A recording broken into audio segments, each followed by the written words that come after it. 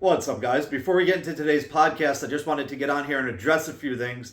First off, this is the second part of my second podcast, so it's being uploaded as the third podcast, really, but it's a two-part series. The first one was posted about 2 weeks ago, so if you haven't seen that, you might want to go watch that before you watch this one. That way you kind of understand where we're at and where we're picking up on. It is the entire story of my dad and how he started the companies from the very beginning to where we are today. Moving on, there were a few issues that we ran into while recording, obviously. I'm new to all of this, and we will iron out all of these issues moving forward. One of them being the audio. My dad was a little too far away from the mic, and the audio levels are kind of like up and down, so just bear with it during the video. I made it as good as I possibly could.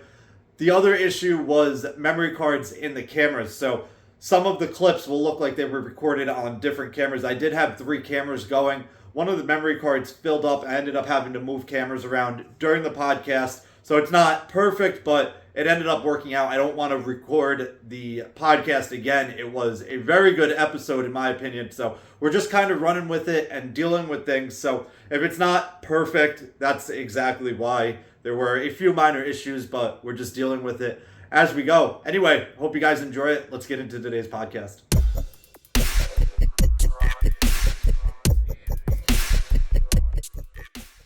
At one point, you had the Nanuet Mall, the Palisades Mall, and Pfizer. All at the same time. All at the same time. All at the same time. Yeah. We're busy. Yeah. You had a lot of guys working for you. Oh my God.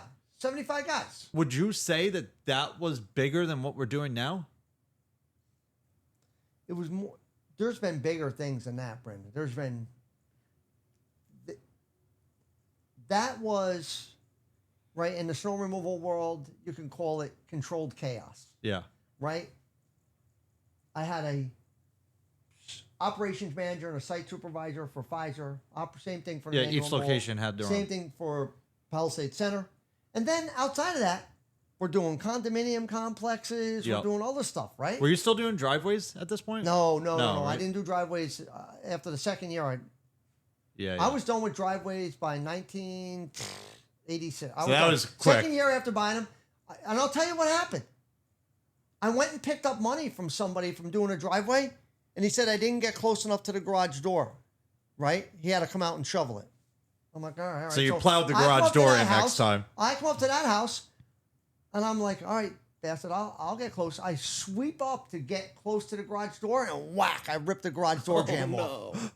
I'm like, oh, are you fucking kidding me? Are you kidding me? That was half intentional. Yeah. So, but fortunately, I'm doing construction. Yeah, you can fix it yourself. So, back then, this is 6:30 in the morning, right? They're all out of the house now in their pajamas because I just rattled the house, right? Man, the garage door jam is hanging out. No, all right. Give me a couple hours. As soon back then, I think it was General Lumber down there. As soon as General opens up, I'll go get a couple 2x10s and I'll fix it. And ran right back up there with my construction. Yeah. I fixed it. And I'm like, I got to get out of this. This is maddening. done doing driveways. This is $20. Right? This is for a $20 driveway. This is nuts. And then I got to chase this deadbeat for 4 days to get my $20. Yeah. I'm like, no. So that was the end of that. That was the job that said to me, I'm done. Yeah. I'm done with residential, and I just didn't look back. There's just too much nonsense that goes around. Too much with it. nonsense. Yeah. And so now we're doing all of those. And probably had 75 guys at the time, Bren, Yeah. between all the sites and everything. And we had gotten to the point to where Rockland County had gotten saturated with landscapers, Right. right? And every landscaper is a And snowplow every guy. landscaper can plow snow, but every landscaper, all they want to do is fill time, right? They're Yeah. just trying to get to the next grass cutting season. Yeah, yeah. And so I'm like, I've got to find a way to separate myself from the pack. Yeah. And so I had belonged to Snow and Ice Management Association when they were in their infancy.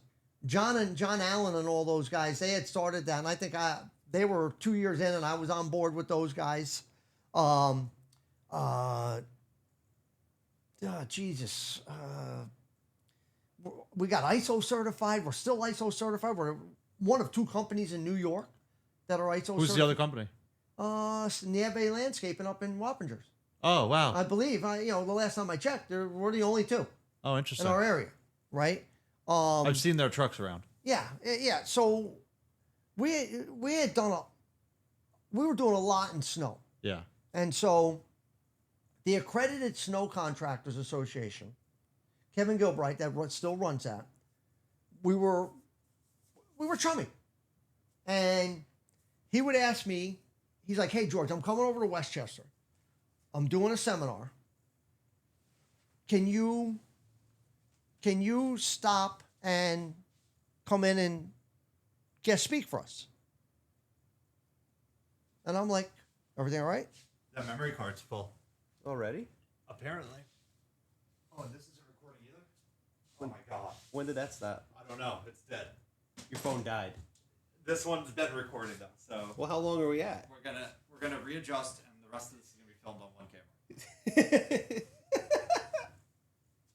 Dude, that's crazy. Your phone died? Apparently.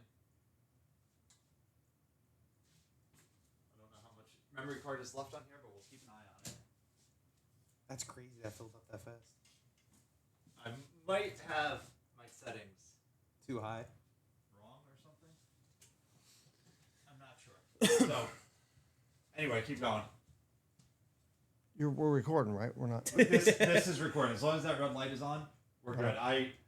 For context for you guys, I bought 2 new cameras, and I had my phone recording for the third angle, and this is the first episode using them, and one of them filled up the memory So card. Brandon's already, and basically my telling phone, you he's figuring it out. my phone apparently died recording the other one, so the rest of this is only going to be filmed on one angle. So. Our father will attest. This is how we live our life. This is literally Yeah, the we're just realest, figuring it out as we go. the realest example of us. So Kevin Gilbright is doing a seminar in Westchester. He asked me to come over and to basically explain and to the other guys how I am separating myself from the pack, right? So what ends up happening is that when you go there and you start talking and you want to be cordial to the guys in your industry and stuff like that, but the problem is you're letting your little secrets out of the bag. Yeah. And then what ended up happening was I'm finding guys that are bidding against me That you taught. that I'm sharing the secret sauce to. Yeah. Do you have any ideas, any thoughts about in the long term becoming like a consultant for snow? Like when you step down, do you think because like you have a lot of knowledge and Yeah. No, we don't want them taking our business. Yeah. yeah, but at this point, it's you can Google it and you can pretty much find Yeah, I out. don't- guys. Yeah, so go Google it then. Yeah, but for him, when he retires and you take over the construction and the snow removal, When he company- retires, he should retire, and that's it. Yeah. Go play pickleball. Yeah. So I have thought about that, Chris. Yeah. I have thought about that. You got And tons of knowledge. I just don't know. I don't know. I love sharing it, but I don't know if I want to share it on a manufacturer end. Yeah. Maybe work for a manufacturer. I don't know. I'm still trying to figure that out. So I end up doing that stuff with Kevin, and I end up becoming better friends with John Allen. So John was the very first beginner of Snow Management Magazine. John was the very first one to have a national snow removal company. John did the Olympics, right? When unheard of, right? So what year is this? He's from Pennsylvania. This is the Olympics, the Winter Olympics, 1988 Winter Olympics. So I that's think. the first time there's a A national national company. He's in Pennsylvania, and he's out. I believe it was Utah. Is where the Olympics What, were. he's plowing the snow there? He's plowing the snow there. Their company. They Is needed that, a company, and he's running Snow Management. Was the name of his company.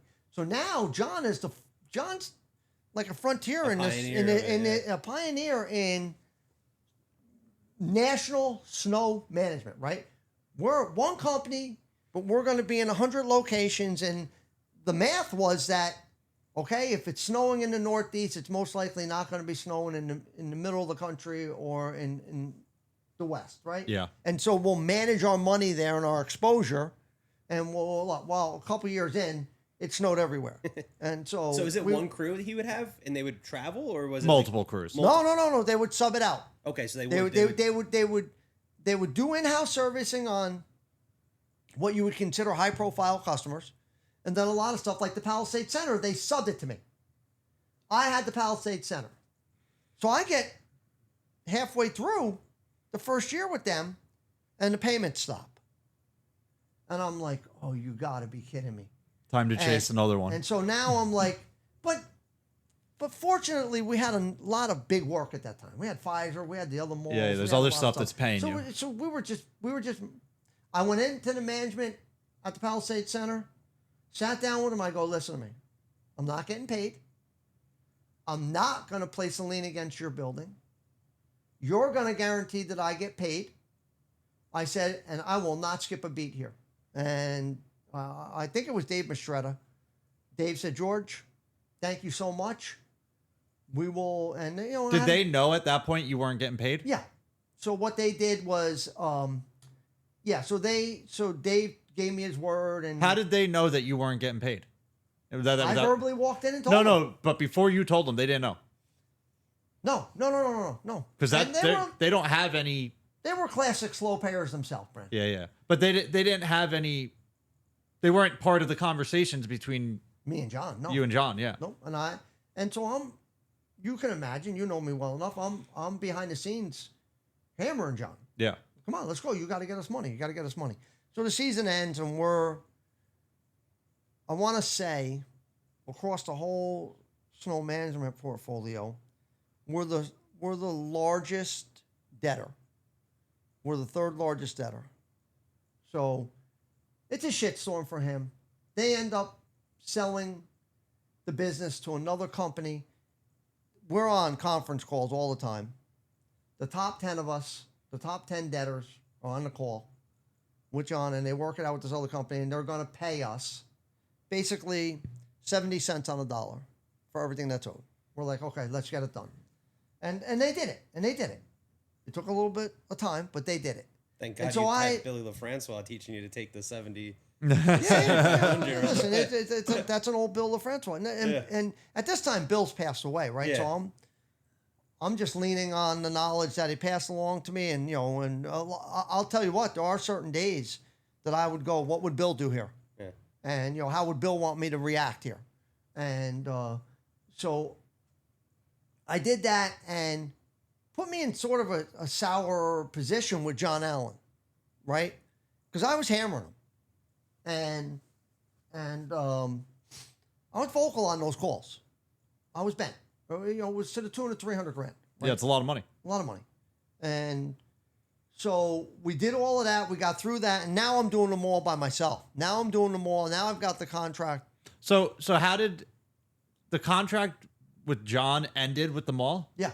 And then because the mall already knew who you were, they went. I was working there. Yeah. Yeah, they just cut him out. So I did the contract by myself. Yeah. Right, with the mall. Actually, let's back up a second. Nope, I didn't do the mall myself. I did the mall.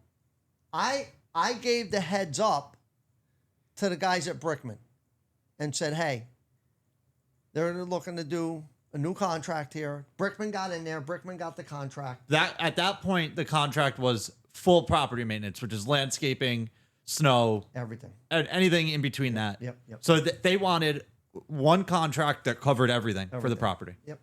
And so I did the Palisades Center. 2 years for snow management. 5 years for Brickman. Brickman, you had a contract. The contracts back in the day, guys, were all the snow gets removed off the parking lot basically through January 1. And if it snows prior to January 1, there's no snow in the parking lots. And it's all part of your anything after January 1 is part of an extra. Hauling, loading, right? So November and December, even late October. If it snows, they need those parking spots empty for shoppers.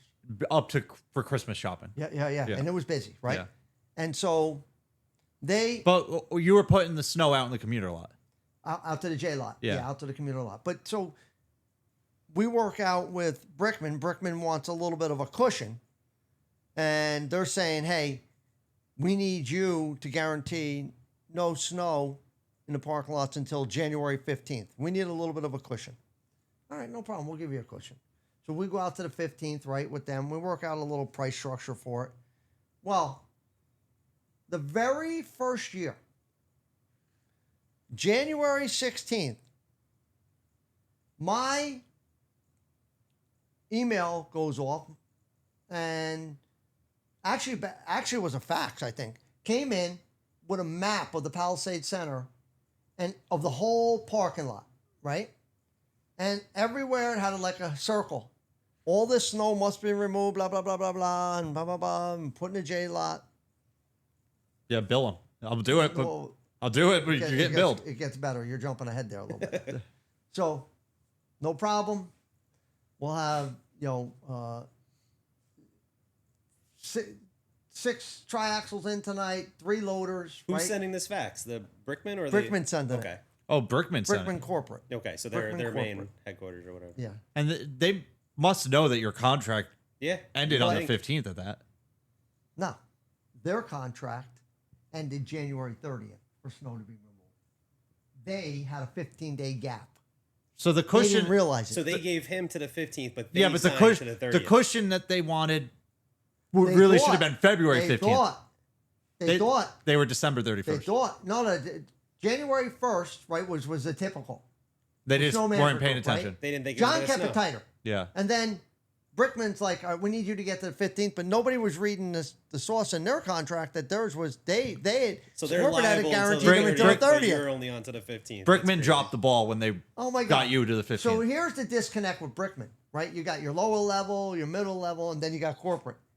And nobody knows what's going on. And it's not snowing typically back then after January 15th. Like, it's not typical that it would snow that much. no, No, it so would. all the It would time. snow. All the So time. yeah. More snow. Why would they do January 1st? because Because now the shopping. shopping season's over. Christmas so shopping. they only care They wanted every parking spot clear so they can make their money. through Christmas. And then Through the mall Christmas slows down. and returns, Chris. Yeah. So the mall slows down around the 15th, so they don't care. So the mall's contract with Brickman was through the 30th. Yeah. Really, their cushion should have been February 15th. They just No. assumed. They should have brought their language up to the 15th of January Yeah. to match Yeah. mine. Well, or you're pulled you the- forward. Or So pulled- we're all on the they same, should have yeah. pulled. You both So should we're all have on pulled the it same to page. the 30th. Yeah. Either So way, they should sent have it changed. over like the next day. And I'm like, yep, no problem. Send it over. Yeah, we'll have And if that's coming from Brickman directly, Brickman Corporate. You're being Yeah. told to do it by your boss, Sure. basically. Yeah. sure, I'll go do it, and Yeah, then it's- be ready for this bill. It's coming. Yeah. They don't even know this, Brent. Yeah. They don't know this yet. They're disconnected. They don't know. They just need the work done. Yeah. Because for those They're guys, not even thinking about a bill. I don't think Brickman. Back then, they were a couple $100 million company. Yeah. They're making money all over the place, Yeah. right? So their job is to keep their customers happy. So they send it to me. I send it out at that time. Well, the mall must have reached out to them saying, "Why is the snow not moved?" No. The mall doesn't even reach out to you. The mall just sends you a fax or an email. Have this snow removed. Yeah. There's no communication. And Yeah, but up until the 15th, you were just doing it. Yeah. Nobody was telling you to do it. You already We knew. don't have to because we knew it was part of our contract. Right. So the 16th rolled around, You're and done. the snow wasn't The cleared. 16th rolls around. Yeah, and but the snow wasn't cleared. The mall must have been like, "Hey, Brickman, what are you doing? Move the snow." And then Brickman's could've. like, "Shit, send this to George." Yeah. Yeah, they could have. Yeah. For me, I just knew it didn't get moved, right? Yeah, you knew that your contract for moving snow was over. So, and listen, it could have been a couple days past that, right? Yeah. The fax comes across. We moved the snow. If my memory's not bad, it's I'm almost to the penny. $138,000 hauling and moving. For one day. Or a couple days. It took us 2 nights. Yeah. $138,000. We bill them for it, right? And after the first couple hours, we just saw that we just were not going to do. So all of a sudden, I reached out to a bunch of buddies with triaxles, and then I already had the loaders. I had 8 loaders there. So our rule of thumb was 3 loaders. 1 loader gets 2 trucks.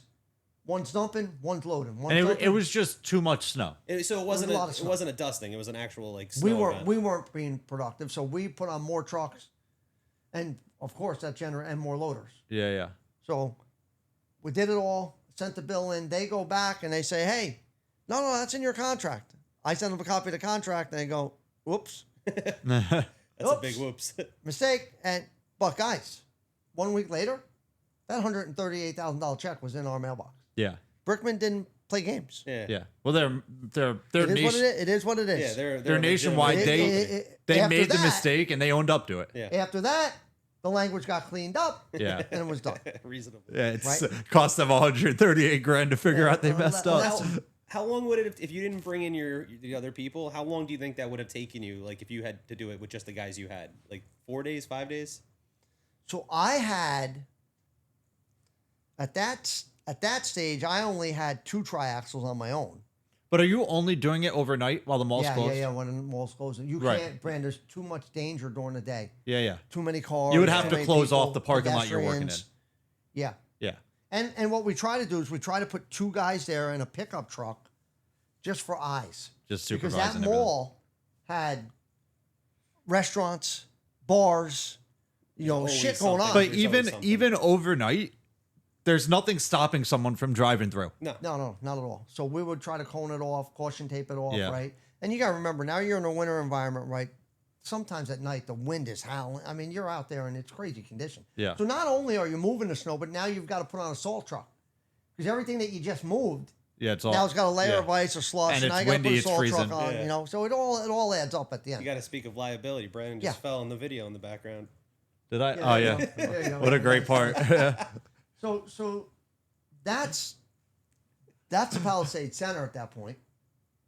But then I do it a couple years by myself, 3 years by myself, and then they want to do snow and landscape again. So I get a let's pause on the snow for a second. So at this point, George Stoll Construction is a full-blown construction company. oh, it's rocking right along. Full-blown. We got 6, 7 employees, maybe more. Multiple vehicles on the road every day. Oh yeah. Like, we kind of skipped over the growth of this. It's hard to touch on both things simultaneously as they grow, because they started as one really, but then they split into 2 independent companies. But like George Stoll Construction on its own is very, I want to say very big. We're not nationwide or anything like that, but locally We're not big. We're for a local home improvement renovation contractor. We do our fair share of work. yeah. Right. But Those guys that are bigger in Rockland County, though, in the area that we're in, the area. And listen, a long time ago, one thing that Bill told me: don't pay attention to your competition. Yeah. do They your don't thing. mean nothing to what you're doing every day. And I don't pay attention to nobody. I yeah. don't care what anybody else is doing in Rockland County. All I care about is what we're doing. yeah, That's it. Done. yeah, it doesn't matter. There's Doesn't enough. matter. There's enough for everyone. Yeah. And listen, we may not be your contractor. Yeah, It took me a long time to realize that I used to think working in the field and framing that house and getting that big structure up in the air was, woohoo, that's not where you make your money. When you get into the office environment and you start billing people properly and you start managing your business, that's where you make money. Not out in the field. Out in the field, I'm working. A customer asks me for an extra Anderson window. I make sure it happens. I get on the phone. I order it. I get it framed. I get the header in. I get the window ordered. Throw the window in. But what did I forget? I forget to back to the office to bill that window. So we were leaving money on the table left and right because we weren't monitoring. you were that. too busy just getting it done.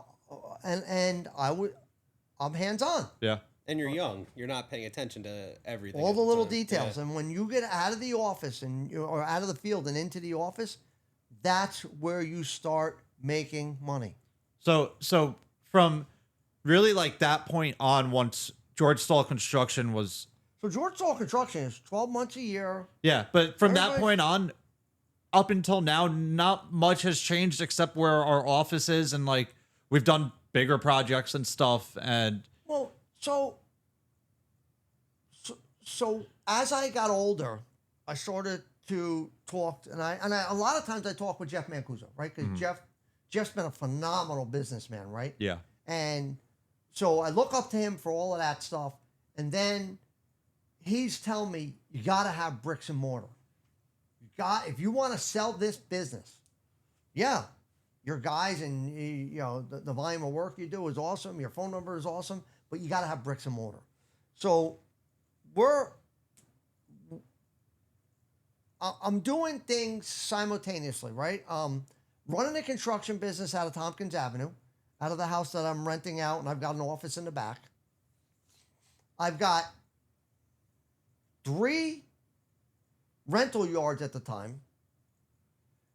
One with overseas containers in it for material, tools, and this, and a couple trucks there. Then another one with snow equipment, and then another one with construction, and just throwing money. And I'm spinning my wheels. I'm all over the place, right? As far as the snow end of it, I'm trying to get away from the pack. How do I separate myself? Yeah. How do I get away from doing a little strip center? How do I get away from the landscapers and, the guys that just want to do it part-time? So I start plowing snow for the state of New York. My first one started up at Letchworth Village. They had gotten a big snowstorm and they needed roads cleared, so I did that contract for them. I cleared all the roads for them. And then I am Nanuet Mall, Pfizer, Palisades Center, all of them under a plate.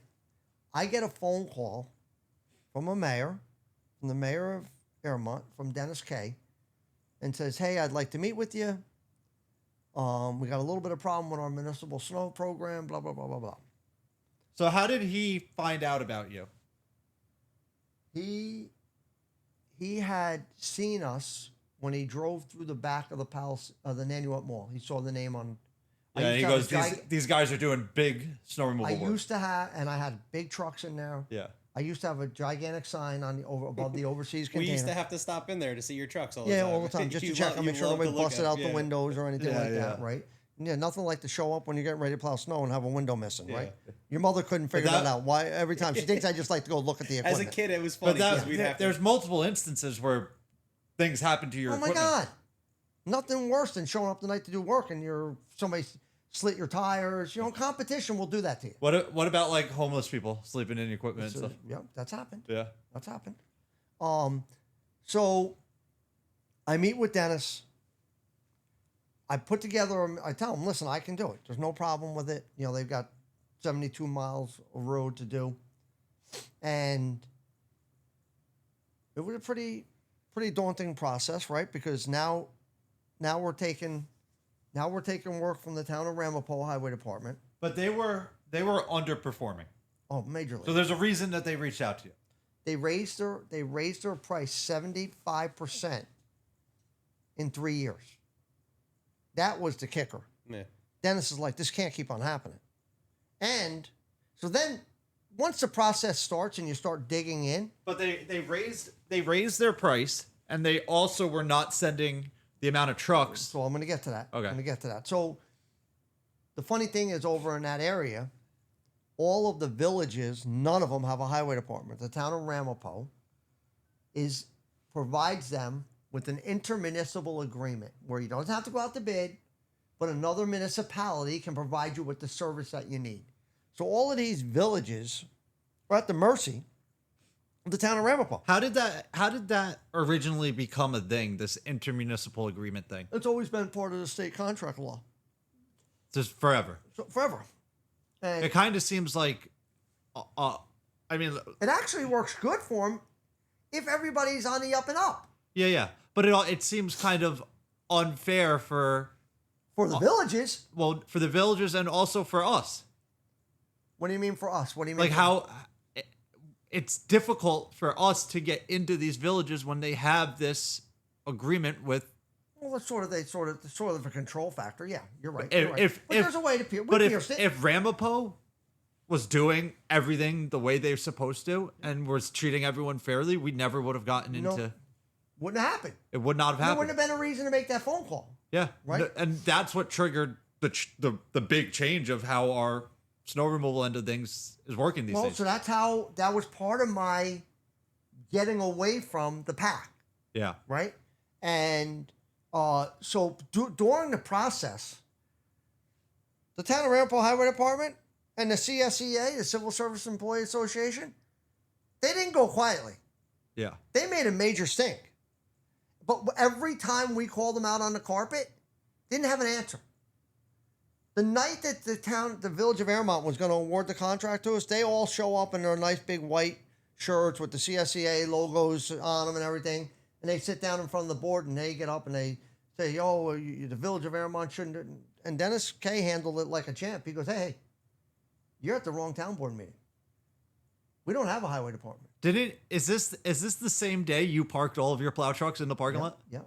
So exactly. So they said that they said Town of Ramapo is telling everybody, Tony Sharon, who I've become really good friends with, that you can't do, no local contractor can do what we can do and blah, blah, blah, blah, blah. And I said, okay, you're barking up the wrong tree. Yeah, But watch this. So the night of the town board meeting that they're going to vote, I call everybody. I call TJ Farkas. I get a hold of Steve. I get a hold of Vinny. I get a hold of everybody.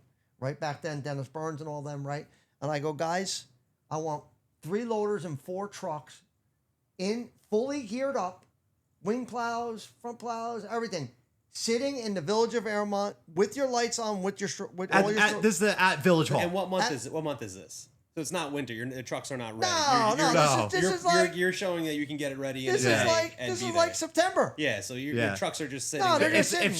I bring everybody in. Yeah. I bring everybody in the day before, and I go, listen, we want wing plows on everything. Blah blah blah blah blah. Get it done. We're putting it in the parking lot. And we clogged up their parking lot. Strobe lights are on. The trucks are all out there. They're having a board meeting. Yeah. You think we can't do this? The walks in there, and they're saying you can't do it. We're like, well.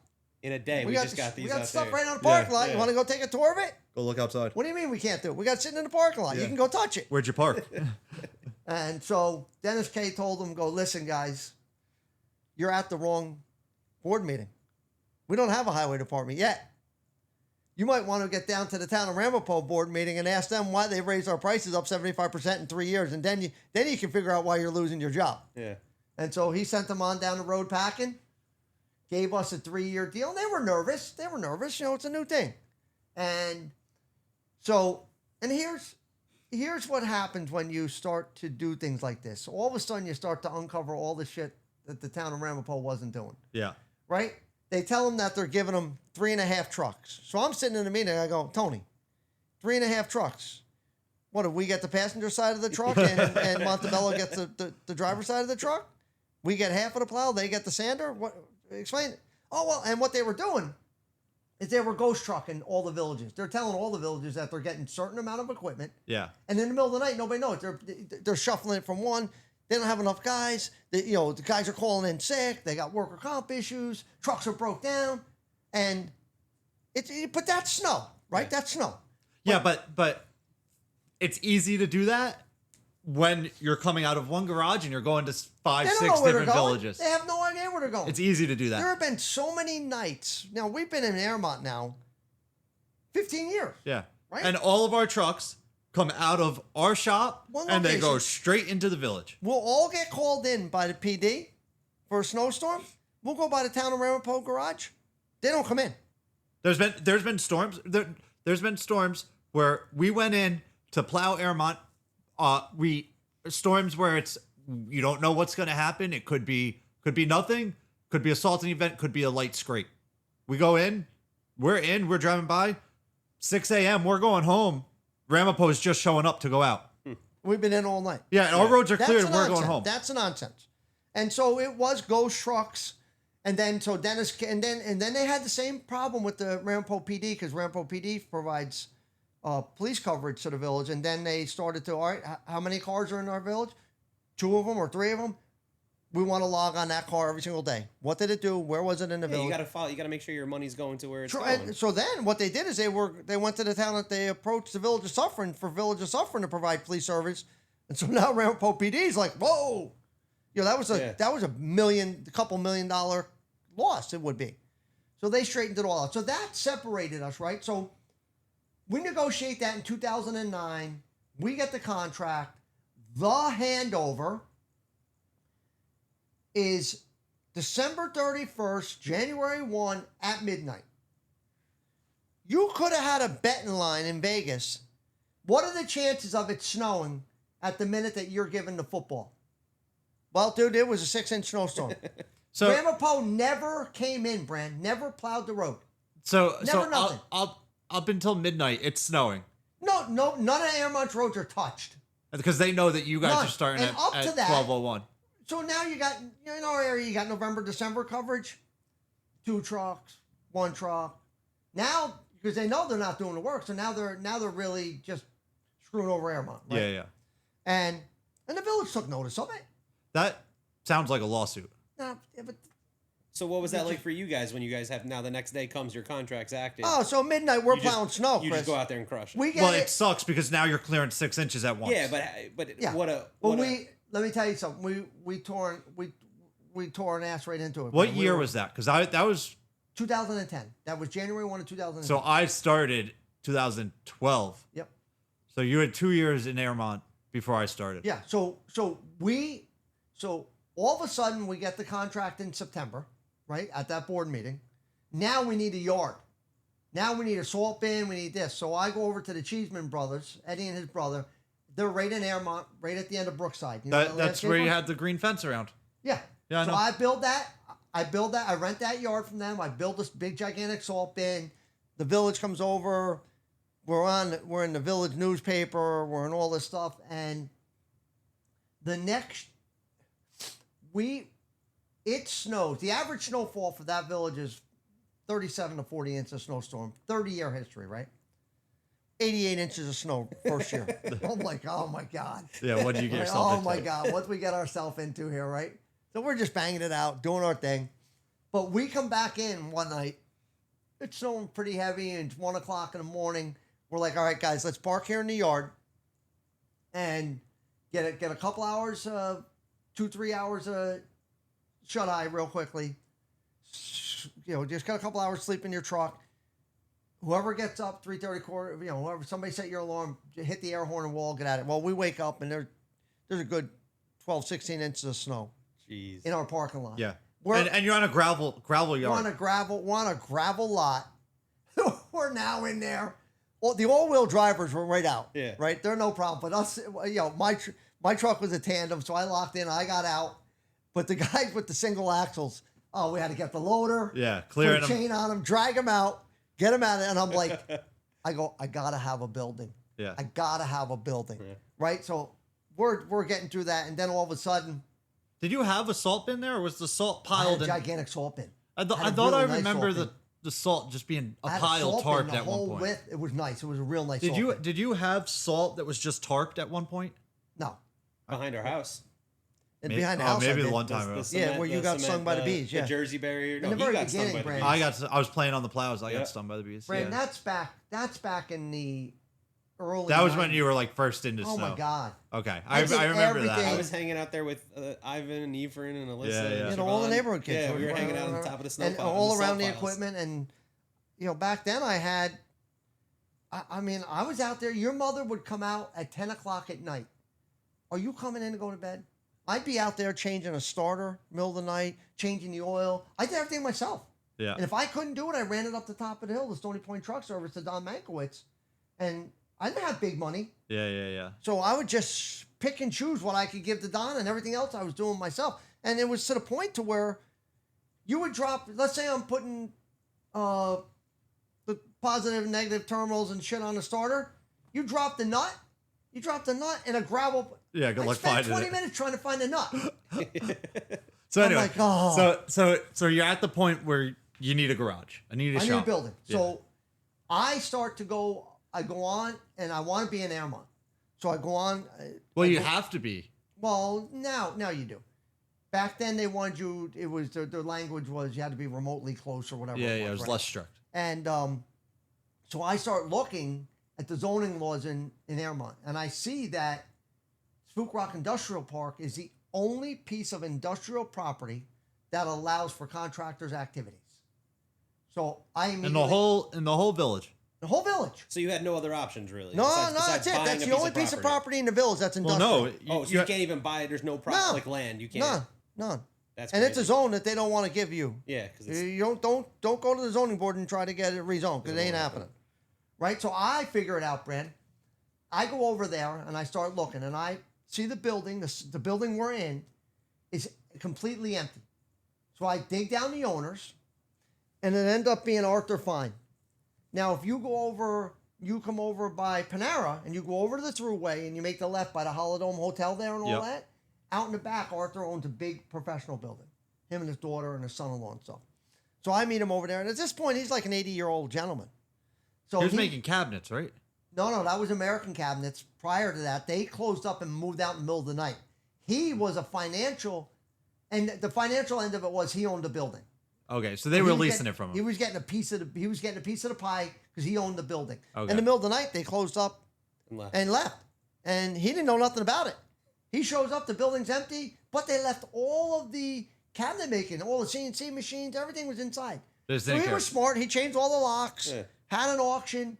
And by that time I got there was just sporadic stuff left. Yeah. But that building was wide open, all 5 units. Yeah. And I'm like, So that whole big run, not my everything. God, Chris, no demising wall. On-time supply, all the way to our salt bin. Wide open. Wide open. Oh, so you're just seeing your dreams. Oh, I'm like, I can do a lot with this. You're I can do a drooling. lot with this, right? So, and in my section, It's so packed, we can't do much at all right now. Yeah, exactly. Well, that's happened. So you think you have enough, but you never have enough. So there's a mezzanine office down in 3/4 of the way down the building in our section now that we own. And it had glass windows all the way around so they could see the whole shop floor, right? And they could see everybody making everything. And so I told Arthur, okay, I'm going to take these. I want to take these last two units. What are you going to get? When he's like, $350. I go, nah, I can't do that, Arthur. I said, how about $335 a unit? And all right, I can do that, right? And I knew I wanted the end unit brand for the salt bin. Yeah, keep it I down. knew that I needed that door in the end to make an indoor salt bin. The other end of the building doesn't have a door. Doesn't work. It doesn't have a door. Doesn't work. Yeah. Yeah. So I knew that I needed, because I had the whole building was wide open. Yeah, but there's only one end of the building that has a garage door. Has a garage door. So I knew I wanted that at the end for the salt bin. Right. So I say, okay, so I'll take 208 and 210. Those are the last buildings, right? And so it's got the mezzanine office in there, and I told him, listen, we'll take all the stuff that's in our building, and you don't have to worry about it. We'll get our guys in here, and we'll move it all down into the very first section of garage next to Brian's office section. Yeah. So we went in there real quickly with a forklift, hustled everything down, leaf blowers, blew it all out. And I said, I will put up the demising wall between this space and those. And at that time, I didn't know who Brian. Nobody was renting it. It was empty. It was for sale. So we put it up. We put up the demising wall real quickly, separate our 2 buildings from the 5, and the day before closing, the Village of Airmont comes by to do a CO inspection. Prior to closing, you got to have make sure you have no zoning violation, no building violation. Oh, the office, right? The mezzanine offices were built illegally. Nobody knew it. Nobody knew it. The cabinet company just put them up. Yeah, while they're in there. Yeah, inside the building while they're there. After they're already operating. Yeah. And so I go, Arthur, we got a problem.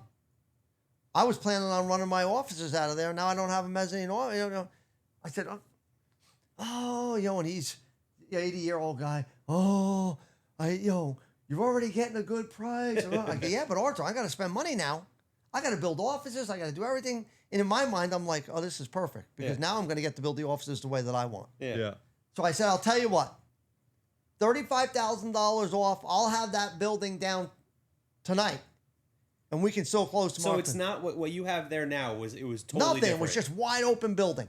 So what was this? It was a similar thing, just all glass walls, and it's but up on I-beams. Yeah. Oh. Up on I-beams and bolted to the floor. Ours is fully framed, like floating, freestanding. So floating, kind of. Yeah, like freestanding. You could go under it.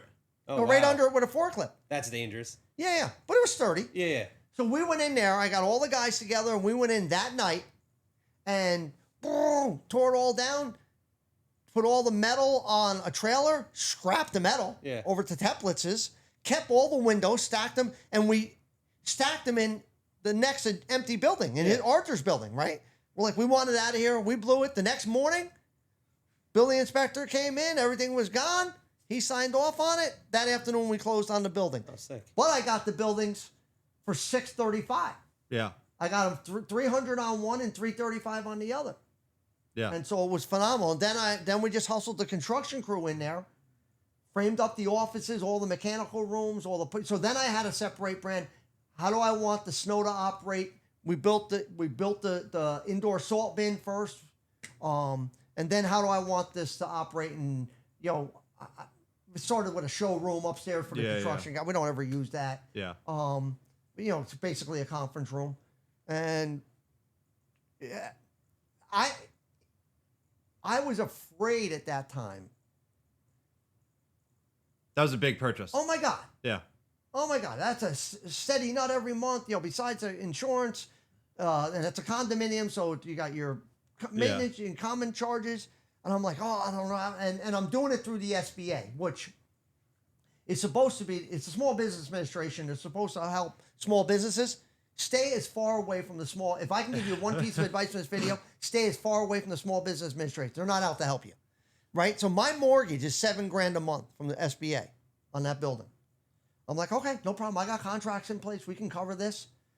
I get going, and my bank that helped me with the SBA thing is now changing and gonna merge with another bank.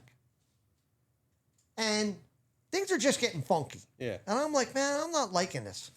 So I have my office manager reach out to like 5 banks and say, we want everybody come in, make a presentation. We want to bring our business to you. This is the volume of business we do a year, blah, blah, blah. So we got them all. And TD came in. And those guys came in. I'll tell you a quick funny story. KeyBank comes in, makes a presentation. This guy sits at the end of my conference table and says, we can't help you. 3 years later, I got this major contract with the city. Yeah. Everybody, he's in my office. He's banging on my door. He wants to come. And so I invite him upstairs. Now he's looking for my business. Yeah. And I said, have a seat right in that chair. Same chair he sat in, Brandon told me he couldn't do anything for me. I said, you got a short memory.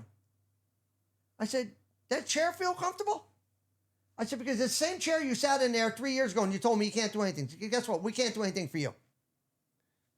Basically, get your ass Karma, on out of here. Yeah. Karma. Yeah. Well, we've been with TD. But the guys from TD Bank, Justin, Rich, and Tom, superstars. Yeah.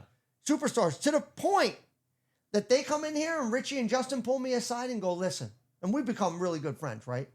And Tom's a super guy. You're paying what? I said, 7. He goes, dude, we're going to get you down to 3. They knocked me down to $3,000 a month.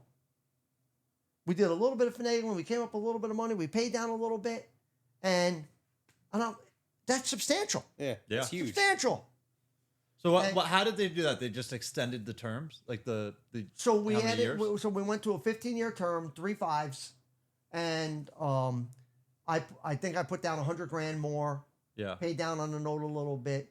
The SBA allows you to get a 5% loan, right? Which you're great. You're buying the property, but meanwhile you got a noose around your neck every month because you got these high payments, right? Yeah, yeah. So I had squirreled away some money, paid down on it, and was able to do that. And now we don't hardly own anything on the building, right? So, but hold on.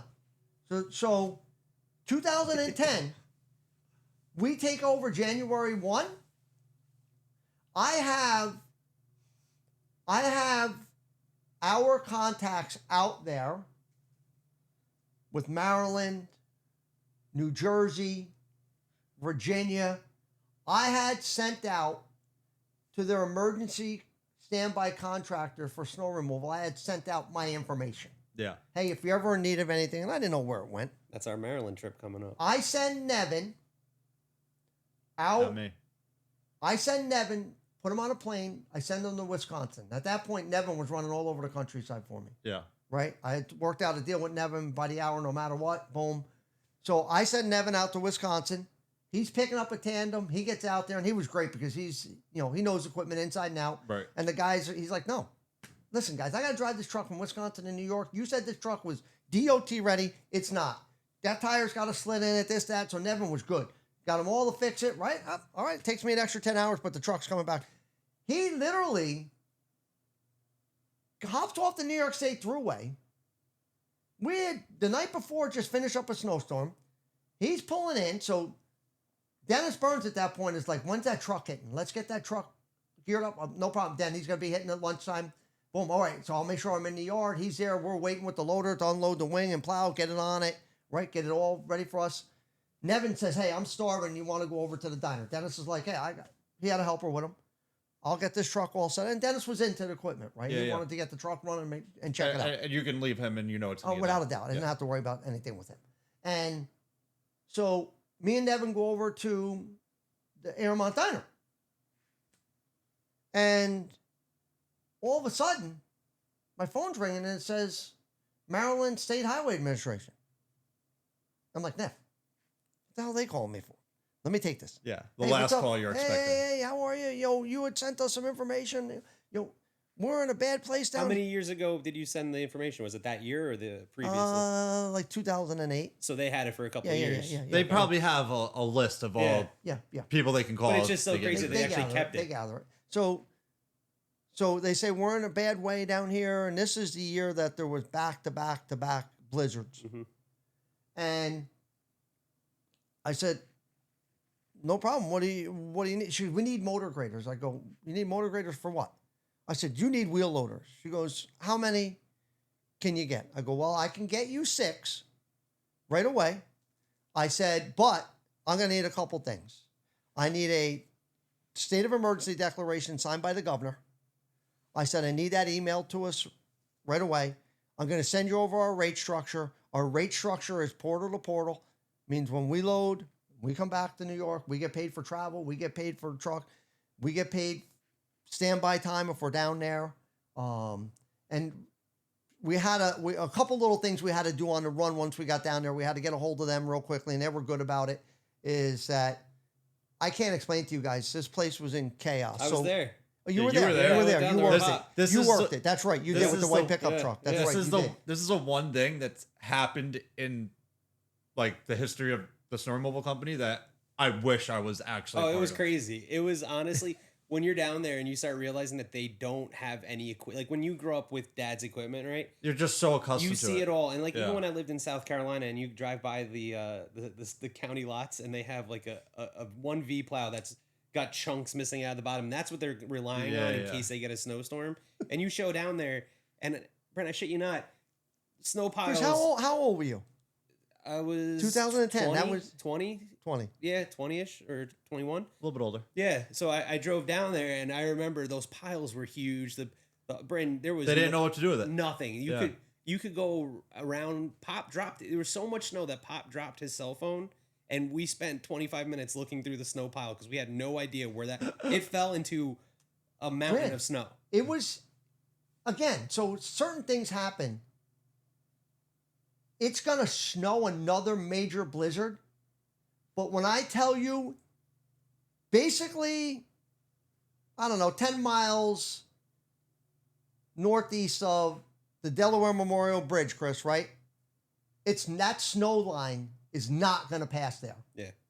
So we're like, we got all this equipment. We head over to Pfizer. So the reason behind getting the declaration of state of emergency from the governor so you can just is I can get over 80,000 pounds with the low boys. Overload the trucks, and you don't have to stop. Well, you do have to go through the weigh stations, but so we were able to put 2 loaders on each low boy. Yeah. So I got a hold of Terrence, I got a hold of Bobby, and I got a hold of Leonard. Yeah. They each grabbed their low boys, boom, put 2 loaders on each, stacked the buckets on top, strapped them down, and I called your mother. I said, find us a hotel. We need to book a whole hotel. I've got 25 guys. I need the entire hotel. I got 25 guys coming down there. We need it. It was cool. The caravan going out and seeing the trucks pull in and seeing everything. Everyone probably loved it. You don't get to do anything like that. It's an exciting experience, too. Brandon, we're going down there, and all of a sudden, we get over to Delaware Memorial Bridge.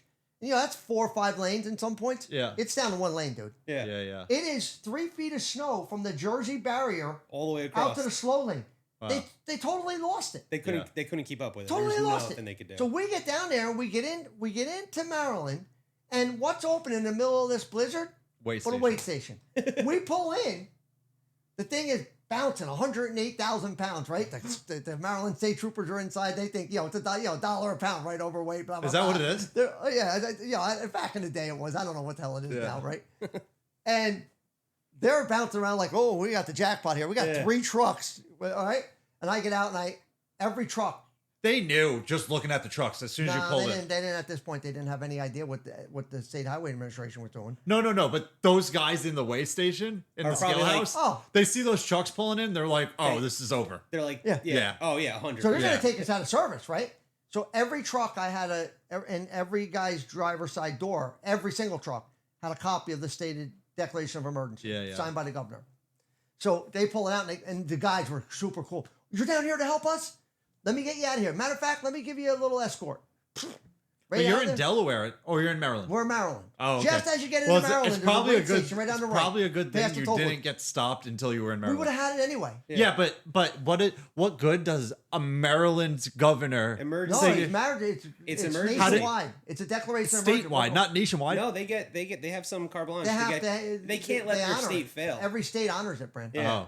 Oh, okay. They're in need. It's So like an you just let executive them go. order, kind of. So we get down there. Crazy. We were stationed in Annapolis, and so we were down there for 21 days. And But you had to come back and forth, didn't you? so once we got it set up, I never ran the program. We were running 24/7 loaders every 12 hours. New operator in it, hotel, boom, and then Chris was out with the pickup truck doing traffic. No, you were the fuel I truck. had a fuel truck. Fuel I tank was, in the back I of was it. tailing people, making sure everybody was all right, getting them moving people around. So once we got done with what we could do with the buckets, after the first night, I saw what we needed. So I relayed home to Jason Parente, and I said, Jay, I need somebody to go to my yard, and I need you to get me 3 quick coupler plows down here rapidly. So the kid that owns the garage in Tompkins Cove now, Pat Larkin's station, Brent, Yeah. he was young at the time. He threw them on a trailer and hustled them down there in the middle of the night for us. We put them on, and we went 3 loaders wide, Just pushing snow. pushing it back. And man, it was a mess. The snow had to be flying over the top of the Chris, plows, right? Brand, it Huge, was, dude. it was huge. Yeah, you're going through 6 feet of snow. Yeah. It was crazy. It The was edges just were nuts. insane. But you're down there, and then another snowstorm hits in New York while you're down there. So I call my contact at State Highway Administration. I go, listen, we got a snowstorm at home. I got to run home and do that snowstorm. We load up everything real quickly. Boom, haul ass home. Finish up the snowstorm. Buckle them right back down and right back down. All those loaders needed to be used here. So You couldn't. Did you leave any equipment in Maryland? no, nothing. Not a We single didn't leave piece of nothing. equipment. We didn't leave nothing. Not a It all came back home, and then it Right all back went back home. down. Brent. As soon as we were done, right on and gone. Wow.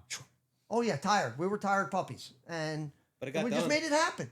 And the guys down there were super awesome. They're like, guys, listen. There was like at that snowstorm, there was like 7 big contractors down there. Yeah, yeah. They're like, we can't say enough. You guys are the only ones that aren't banging the living daylights out of the guardrails. I go, listen, because we come from an environment. If we break it, we pay for it. Yeah. My operators are not banging up things, and so. It And was- at this point, a lot of the guys pretty much all the guys that you had down there, minus Chris, have been with you for multiple ages. years. Chris man, is just young and for 20 years. yeah. So everybody, it gets to the point where you don't even have to explain it to them anymore. They just know. Nothing. These guys are just good operators. They know the deal. And but listen, you could be 10 hours into a 12-hour shift and get tired. And something can happen. Yeah. Right.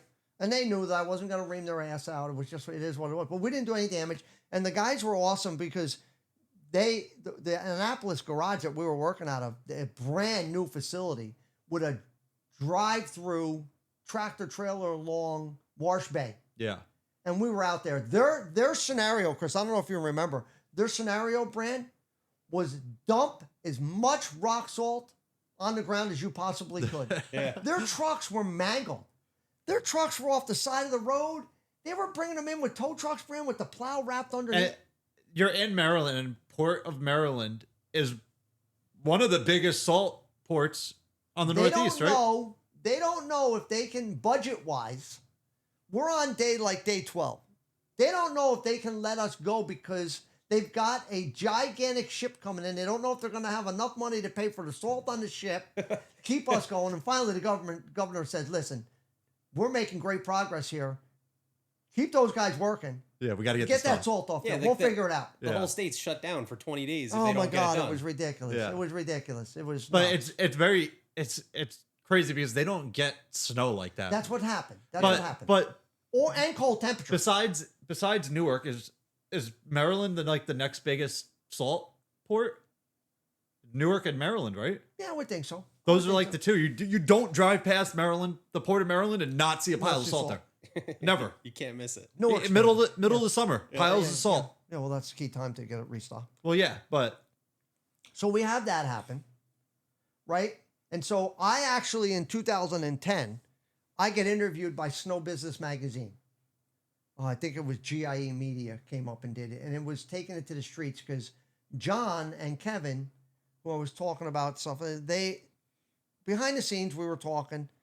And I told them I got to separate myself. And then I went the municipal route. And I got the contract. So now they do a full-blown article on us. And it says, taking it to the streets. yeah, this is a picture With us leaning up against the plow. up against the plow. In the office, Yeah. And so we do a whole full-blown article. And so that winter we go down there, we do that snowstorm, and we're bang. I mean, we're just in full sprint mode, right? And we'll rest when April and May comes. So we're in full sprint mode, and the secretary calls me and says, "Hey, the commissioner of sanitation from New York City wants to talk with you." Yeah. At I this do point, another one of those head takes, like, it's just one thing after another. what's he want me for? Yeah. Right?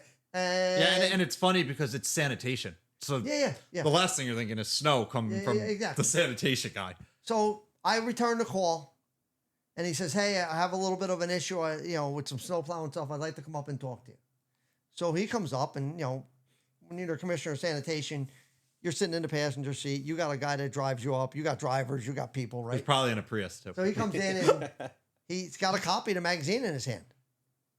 That's Taking it to pretty the cool. streets. He goes, "Yeah, I think you might have some knowledge of what we need to handle for our tertiary streets. We've got a problem with the sanitation trucks; they can't get down them.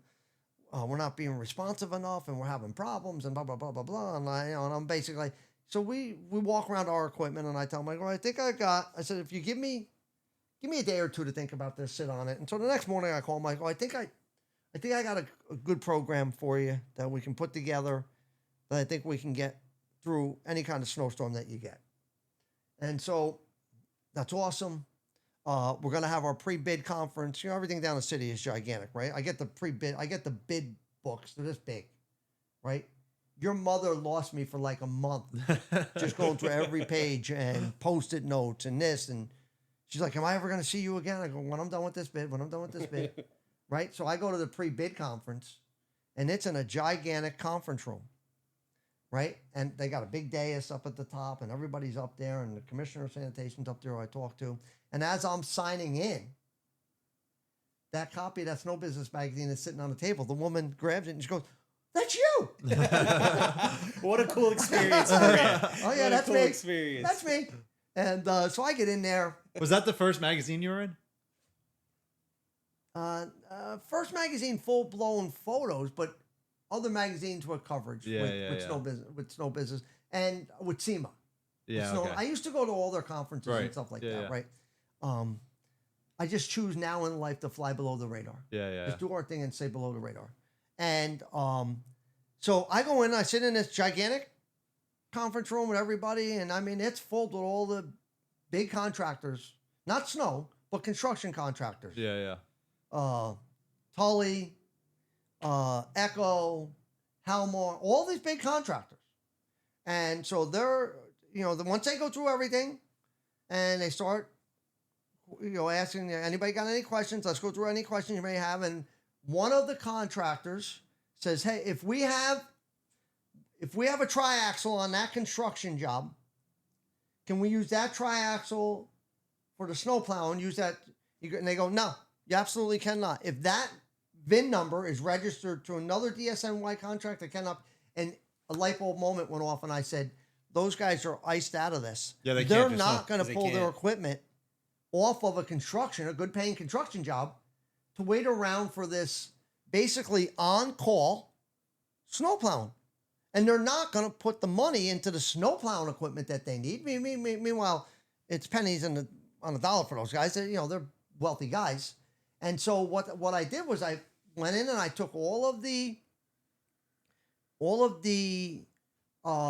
districts that they have, and in every district you have a bunch of tertiary streets, and I know that you can do 6 miles of road in 2 hours.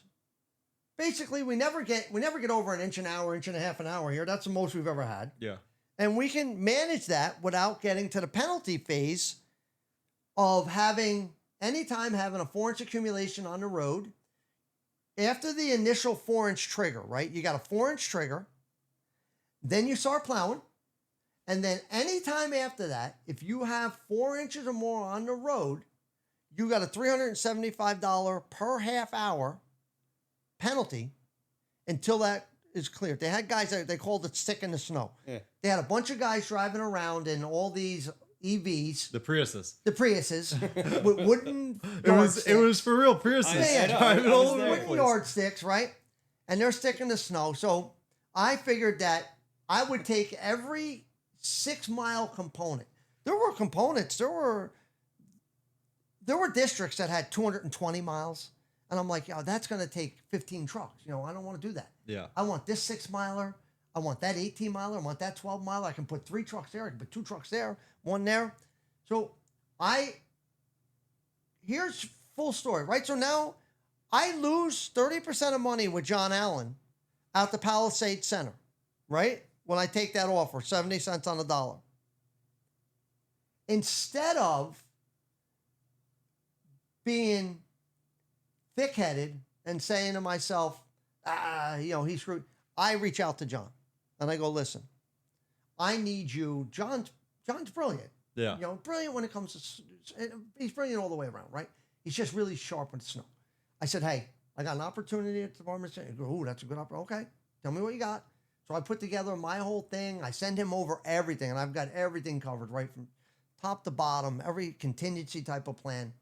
And he says, you got it covered. You're good. You're good. Let's see where it goes from here, right? So now he's consulting to me. Now I'm paying him, right? Yeah. And so I send the bid in the day before it's due, FedEx it down, get the electronic receipt that they received it. I'm going to head down the next morning. I've got a car service going to drive me down. I don't want to drive down myself. I want to be able to think about what I'm going to be doing. So I get on Henry Hudson. His car service is Conrad. It's closed. Henry Hudson's closed. I'm sitting in traffic. The bid opening's 9 a.m. I'm getting there. I get there like 10 minutes after 9. The door's locked. Me and another guy from Virginia who was bidding on it. Oh, that's crazy. Oh, wow. Right? The rule back then, you had to be within 50 miles of the headquarters of the Department of Sanitation. So what these guys did from Massachusetts, from Virginia, is they rented a bodega and got a New York address and met the 50-mile. Meanwhile, their equipment's nowhere to be found, right? We were 38 miles from there.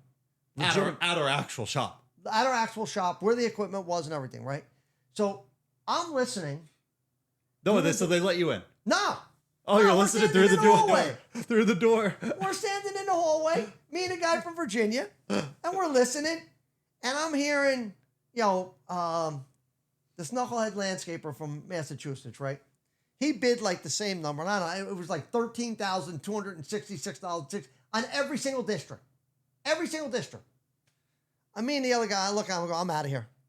And they would run CSB contractors, 78,000. I'm like, I'm out. Yeah. I'm out. I go back. 2 weeks later, I get a phone call. One of the attorneys, we would like to talk with you. And So you never made it in, and they still called you? yeah, because they opened up all the bids. They went through everything. People are bidding on it that didn't meet the that bid couldn't spec. do it. Yeah, so they're just So they're not leading on to anything. They just want to talk with me. yeah. And I go, what's the matter? You got a problem with your low bidder?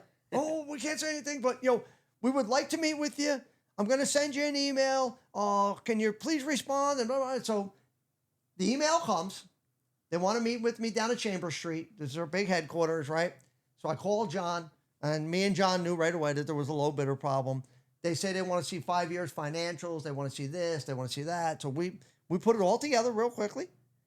I get a car service. John flies in, rents a car, stays at a local hotel. You know, I'm covering all of his costs. Me and him meet at the office one morning, 7:30, have a couple bagels, a cup of coffee real quickly. We got a 10 o'clock meeting down at Chambers Street. Boom, get in the car. We're down there. We're there 20 minutes early. We walk in with everything. I sit, the head of the table is a commissioner, and I sit right to his right side. First chair, then John, the whole other side. Now, guys, this conference room, this table's like 30 feet long. Jeez. Wow. It's massive. Chairs all around it, a walking aisle, and then two more sets of chairs, one lower and two. You fit a lot of people. Wow. It's in the city sanitation. I'm gonna try and Google a picture of it and put it on top of the video. The city of New York, sanitation's a big deal down there, right? And so the whole other cross side of the table, mayor's office, mayor's first assistant, every attorney from everything, right? So what ended up happening was back then, that was Michael Bloomberg was the mayor. He went away on a beach vacation.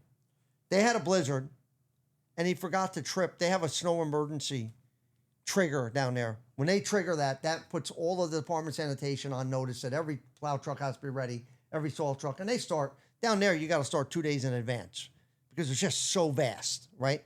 And so they forgot to trip it. So they get caught in the same type of scenario down the city, right? And this is the same year, right? So now what they get screamed at and yelled at, right? And now they're going to Bloomberg's going to fix the problem. He's going to hire subcontractors, private sector, to handle all the tertiaries because of the sanitation department. Even though the union says that we can handle anything, they can't. They just can't keep up with it. I have a question. When they're putting plows on their dump trucks, their garbage trucks, Garbage halts. they don't pick up garbage. Halts. Yep.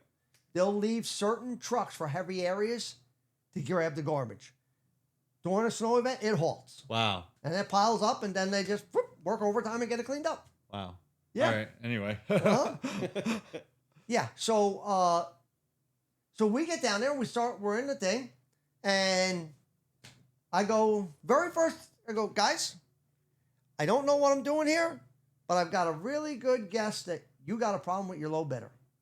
And the attorney, we can't say anything. I go, listen, if you think that we're down here and we're going to match those numbers, we might as well just end it right now because we're not doing it. It ain't happening. I said, if you want to negotiate fairly across the board, we give a little bit, you give a little bit, all day long, we'll do it. Yeah, but you're talking a $50,000 difference from the low bidder to your bid. Brand, that's just for that. That one. That's one just for that district. Yeah. So the compromise is far off from the low bidder. Big time. And so I'm sitting right next to the commissioner of sanitation, and so he goes and he starts reviewing my whole packet, and he's physically been to our shop. Yeah. He's physically touched the equipment. He sat in my office. Multiple times they came up and looked at the Multiple equipment. times. We've had heart-to-heart conversations, explaining to him and understanding what we need to do and that we can pull this off for them, right? And he starts going through the whole litany of they're qualified on this basis. They're qualified on this. So basically, he gets done. He looks to his left down his row and he goes, I don't know what you need to do, but you need to figure out a way to get CSB contractors hired. They can take care of what we need to be taken care of. So, ding. Now we've been deemed not qualified low bidder, but we've been deemed the qualified bidder. Yeah. And he said it right out of his mouth. So boom. So we start to talk back and forth. And anytime you go into a big meeting like that, there's a big sign-in sheet. Everybody signs in their name, their department, their email, their phone number. I ask for a copy of the sign-in sheet before we leave. They make me a photocopy. We're talking. We go through a ton of stuff, guys. What did you want the sign-in sheet just to see who the other people are? I just because I like to have contacts, and you'll see in a minute why I do this. So we go through a litany of everything: financials, the equipment, years experience, all this stuff, right? And again, they have a copy of the magazine. We're written up on. The magazine's sitting right in the middle of the conference table again, right? And so we leave. We have casual conversation as we're walking out of the building, and a couple of attorneys that really like what we were doing and what we could bring to help them out. And so we get going, and a couple of emails go back and forth, but nothing substantial. So your mom wants to go down to start looking at houses in North Carolina, right? The last thing on my mind, I'm thinking I could land a big contract here. Yeah. We could get to the next level, blah, blah, blah. Yeah, you're landing that contract to buy her. She's like, Yeah, you're looking at making money. She's looking at spending money. I'm done with all. She's done with Old Forge, right? I'm done with the cold, and no. I want to go. So I'm in the passenger seat of the car. I go, where are we going? She goes, we're going down to Wilmington. I go, well, how did you figure this out? She says, I researched it and blah, blah, blah, blah, blah. And she goes, what's the matter with you? I go, I think they're trying to ice me out on this contract. Because if they don't respond within 30 days, the bid's dead. Yeah. So I've got a whole stack of paper. I'm in his passenger seat. I've got that sign-in sheet. I call one attorney that I was chummy with. Yeah. But nothing special. And I said, hey, what's going on? Hey, George, how'd you make out with that contract? I said, I got a problem. I said, my attorneys are going to contact you this afternoon. I think they're trying to ice me out on the bid. We're going to protect our bidders, right? We've been deemed a low qualified bidder, blah, blah, blah, blah, blah. We haven't heard anything back from you guys. But whoa. Take a breather. I thought this was done. This is the attorney telling you that. This is the attorney. Give me 20 minutes. So he calls this gentleman, Kirking, who's in the mayor's office and responsible for contracts and everything. The next thing I know, he called me right back. He says, you will have a counter offer tomorrow morning. So the counter offer, I don't know who. Counter offer comes in like clockwork the next morning. Within 1 hour, we counter and it's done. Deal's done. So they were just Queens, holding. 200 miles of road in Queens, done. Signed, finito. Now I've got 200 miles of road in Queens to plow. Well, but we're in Brooklyn. No, I'll tell you. Oh. They don't give us Brooklyn. This knucklehead landscaper from Massachusetts has got it, and another guy's got it, a bunch of other guys, right? So now I got to figure out how do we do this and not screw up, right? So I hire a company out of Manassas, Virginia, a routing company. I give them all of our streets. They come up with routing software, putting in the Garmin GPS's brand. Yeah. I Queens remember West 1, Queens West 2, Queens 13, 14, all those things you had. Yep. That's that company. So, because I knew when it was snowing, how are we going to see street signs?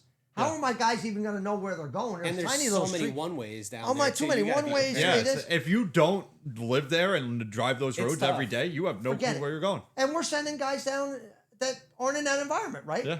So I had to idiot-proof it pretty well. And listen, that worked out beautiful, I think. Yeah. Everybody went down. Everybody had maps. Everybody had sign-in sheets. And as soon as I get this contract, right? And here's a full circle. You guys are gonna. You might have heard me say this already, but who are the first two guys? I get this contract. Who are the first two guys that I call? Steve Farkas and Rick Gustafson. Do you remember those two names? Yeah, one of them was like a cop or something down there. Or... No. He was- That's second. I'll get to that. Okay. Steve and Rick are the guys that I bought the snow equipment from for Hornicks in the Bank of New York Oh, okay. back in the 80s. Okay. So I call them up and I go, they had just sold the marina and just retired. I call them up and I go, what are you two doing? I go, I got a proposition. If you're open to it, I need you to come over to my office. So Steve is living in Big Moose up in Old Forge. Rick is still living in Stony Point. Rick, we're on a conference call. Rick says, Steve, you tell me what day you can be in. Steve's like, I'll drive down tomorrow. We come in, so I sit down with those guys and I go, listen, no matter what you're doing, $100 an hour, blah, blah, blah, blah, blah. Really? All right, I'm coming out of retirement. So they came out of retirement. They did a phenomenal job. They're great guys. And I knew from them being business owners that we were just, we weren't going to fail. Yeah. It just wasn't going to happen, right? So what I did was I doubled the amount of trucks that I thought I needed. Right? I was I think I was the only contractor that put in there a guaranteed seasonal mobilization fee. Every single month we were getting paid no matter what. And then if it triggered, we got up to 12 inches was X, and we're talking, I don't know if give away a number, we're talking hundreds of thousands of dollars. Yeah. Every time it got triggered, right, for Queens. We're not the first snowstorm in. I get a phone call from my lovely friend Kirk Ing. He goes, we got a problem in Brooklyn. I go, what's the matter? We got 100 and some miles over there. The guy no-showed us. I go, really? All right, send it over to me. So that's how I ended up in the city. Yeah. Send it over to me. Let me, let's start our little process, Kirk. So within a day, we had it signed and done. Yeah. Done. Now we got 300 miles of road. Yeah. And so, and then we did it, and I sort of get my own way because we had an extension available to us, and we were the only contractor, and anybody can look it up on the Department of Sanitation records.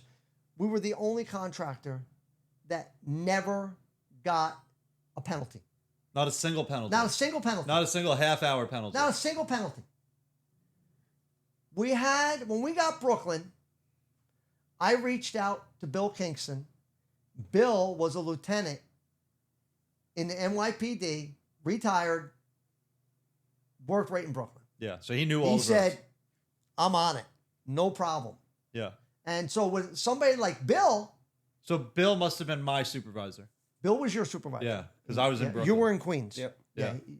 And so Bill ran his own four-wheel drive truck, and he said, hey, I got my own four-wheel drive truck. I don't know the area. So we gave him a vehicle compensation along with his rate of pay. Right. So he used his own truck and everything. So we get one snowstorm, right? Decent snowstorm. I think it's 11 inches. So we're doing it, right? We're all good. And, and I've got... Oh, I know where you're going with this. So we get a phone. I'm in the office, right? Your Uncle Dennis is running the snow program for the city. I'm handling the other stuff. We've got the big screen TV in the conference room, and we've also, besides the GPSs, we've got tracking units. Yeah, so you can see on a map. We can see every where truck, every right? truck is. Every truck. Yeah. And then if we want to get deeper, You can track where they went. we log into the tracking company software, and it's layered in colors of how many times that truck's been down the street. Yeah. We can tell if you've been down it 3 or 4 times. There's 5 no times. secrets about where these trucks are. No, not at all. Yeah. So all of a sudden, what's his name? The head of the Senate, not the commissioner, but oh my God. He calls me up and says, sends me a text message. Hey, we got a snow issue on such and such road, blah, blah, blah, blah, blah. No problem. I'm going to send somebody right away. I send Bill. And he goes down there. Bill sends a picture. Our roads are blacktop. Sends a picture the other way. They're snow covered. So we send it back to him. And Bill's sharp. He takes street signs, everything, right? Bill goes, that's their street. That ain't our street. So I send it back to him. And I go, hey, you got a problem. That's your street. Our street's blacktop. He goes, let me check it. Yeah. He goes, George, you're 100% correct. I'll see you at the breakdown meeting. Because Yeah, I remember after that. every snowstorm, 2 days after the snowstorm, we would have a breakdown meeting. So you would have to go down there every... After Oh, every wow. snowstorm. And so we get down there, and I don't realize, but the clown from Massachusetts is in there. He's in there earlier. He gets to get there an hour early because he gets an ass reaming session because he's just a knucklehead. Wait, why was he there if you have his roads He now? probably had No, more. he had other roads. Oh, You know? so he took on more Yeah, than... I don't know if he was the one in Brooklyn that lost it. I don't know. I didn't get into all the weeds of okay, that. all I right. thought he was. But every single snowstorm was a screw up, right? Yeah, Not yeah. enough trucks, not enough Getting guys. penalized left and right. And they kept him around because guess what? He was a bottom feeder. Yeah, he's low not... bidder. They're not paying him much Not money paying him at a lot all. of money, so we'll just put up with the aggravation and use him Yeah, for yeah. what we can. So he's in there. He's getting his pee-pee spanked there an hour before everybody else. So we get in there, and all of a sudden, man, I wish I knew his name. Big guy, he ran these meetings. He was like, he goes, listen to me. And this comment is going to my guys. You ever embarrass me like you embarrassed me the other night and send me a picture of a street that you're saying at a contractor, and all because you don't want a non-union private contractor plowing snow in the city, you should do a better job yourself. And I'm going to tell you right now, you stick a street and you send it to us as the contractor street and it ends up being ours, you're going to get 3 days non-paid off. Jeez. Shoot, and I'll drop an F-bomb. F around with me again and see how it works out. And man, So he was strict. Oh, he was pissed. Yeah. After that, not a word. Yeah. And they actually came to me and said, we can't figure out how you're doing it. I said, guys, I sent you The plan. all the mapping. I sent you 5-inch binders. Yeah, you have everything on how we're doing it. And map it. You got it. We mapped it. I said, I paid $80,000 for a routing company to make routing software. 80 grand. 80 grand Jesus. to make routing software. This is why I think go back to the consulting thing. Like the amount of preparation you put in to handle something you've never. I didn't want to fail. And you don't drive. You don't drive in the city, so you're not familiar yourself. You put in a ton No, of, I know in the city, and I knew the environment would be really, really crazy in a snowstorm, Chris. It'd be rigid, yeah. But also another thing that you have behind you that a lot of these other guys who are like landscapers and whatnot bidding on it is you have the experience of dealing with these big contracts and knowing. And I personally deal with myself. Right, and knowing what you need to put I don't in have them. a salesman. I don't have anything. I deal You with know how myself. to protect yourself, Right. what to look out for. Where these other guys are I've coming learned from in, bumps and bruises. Oh yeah. they're bidding low, and you probably knew that you were gonna, like when you were submitting your bid, you knew that you were gonna have to pay X amount of dollars. You probably didn't know it was gonna be 80 grand, but you knew you were gonna pay something to figure out How to do it. how to do it Yeah. and make it flawless. And how to Brandon, be accountable. These other guys are not thinking about that. I still have the spreadsheet that I sent to John Allen. Yeah. Brandon, I had garage rental in the city, right? Because we didn't know staging areas at the time. At the end, we ended up using Home Depots, right? Yeah. 4 trucks at this Home Depot. The amount of time I spent sitting in a Home Depot parking lot. But Brandon, We had to there's be the there. crazy. There's the crazy thing about these contracts, right? The trigger is a 4-inch trigger for us to start. Yeah. We have no salting responsibility whatsoever. The DSNY will salt all the streets. Yeah. I said, guys, this is a recipe for disaster. We should be salting. No, well, then we can't account for the salt that you. Okay, whatever. You think we're gonna whatever? You know, if they think they're gonna steal salt, okay, whatever. You handle the salting. Which was probably the best thing. Is Yeah, them it ended handling up the being salt. good. Yeah. It ended up being good, right? So I figure out the formula.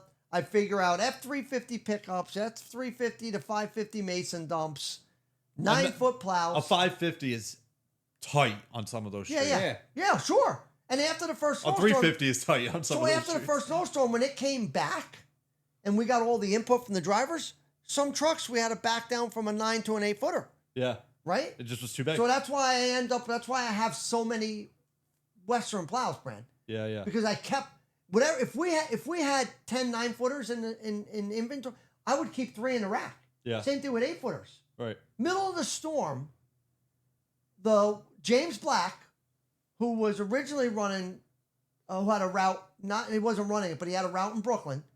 Middle of the night, he pops his plow. He shoots up an hour. We circle a spare truck into his route. He shoots up to the office. I've got 3 spare trucks sitting there. Leaves his truck, gets in our truck, goes back down, plows his route, says, hey, I know I'm going to owe you money for... You don't owe me anything, James. You did it. No, you're really not going to charge me for... No, I'm not going to bang you for that. You hustled your butt up here. You got in that truck. You got it done. You got the work done. We got no He penalties. didn't just quit. It's done. It is what it is, James. It is. Yeah. Get your truck fixed and let's get back at it. And in that point, what did I do? I could have banged him, right, for $600-700 for the truck rental, but what I solidified was a solid employee for us, Yeah.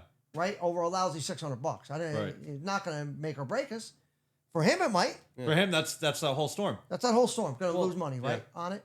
And I mean- snowplow guys, I feel like getting a good group of guys that are willing to or able and willing to step You up got and plow. It's blood money. You yeah, gotta. well, and a lot of them have regular jobs, so you have to find somebody Sure. that has a flexible job that's going to be I've been reliable. blessed, Chris. Yeah. Yeah. I've been blessed over the years. So a lot of the local excavation contractors that don't do snow, I've had their employees, and they know that I'm not going to steal their employees. Yeah. And what its benefits to them is that they know their employees not out looking for work Yeah, somewhere they're else. going to They're have going to money. leave them. They're going to be. They fine. come to me. They know they're going to get paid a good rate of pay. They go back as soon as we're done with snow. Hey, thanks, man. I don't want nothing to do. I'll see you. Good. I'll see you in 6 months. winter. Yeah, I'll hey, see you go in 6 back. months. No, hopefully like Yeah, 8 go back months. and Victor Zugaby is one of the guys that have, for ages, I've had a ton of Victor's guys, right? And that's where RJ and those guys come from. Yeah. You said in the snow removal you wanted to find a something to separate you from the pack. Construction is hard to separate. I know, Everyone's so I was doing the wondering, same so thing. If you didn't have, do you think you'd be as successful if you didn't have that snow mentality of like trying to become as big, or would you just be like another, or would the construction company have grown bigger? Do you think?